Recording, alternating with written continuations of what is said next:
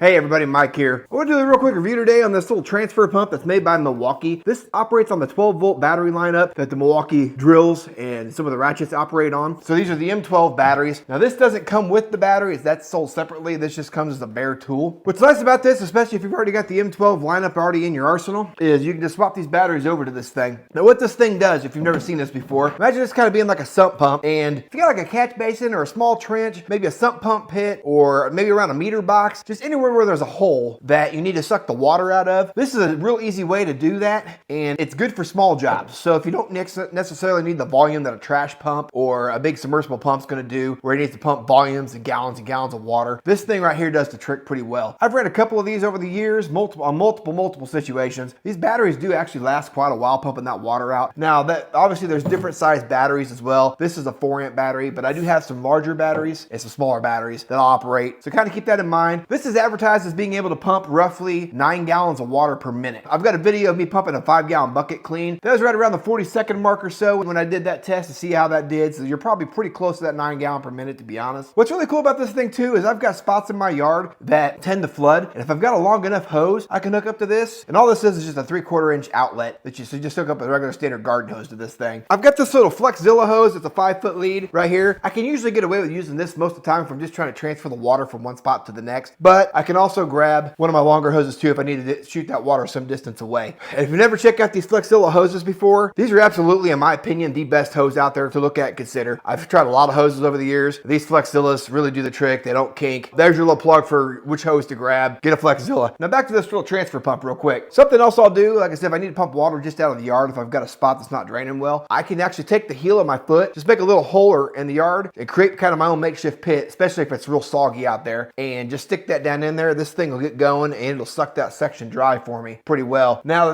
something to keep in mind too is, yes, this will work in mud, but if you start getting a ton of mud, this thing will kind of get clogged on you. But what's pretty cool about that is you can screw this little piece off right here, like so, and then you get this thing all cleaned back out again. This piece here does come off. You can get all the mud out of that. And then on the end of this thing, here's your little propeller here that's doing all the work at the end. So once you get that all cleaned back out, and usually I'll just take this thing in like a water puddle, switch it around real quick, put it all back together. It doesn't clog that often, to be honest. It does a really good job.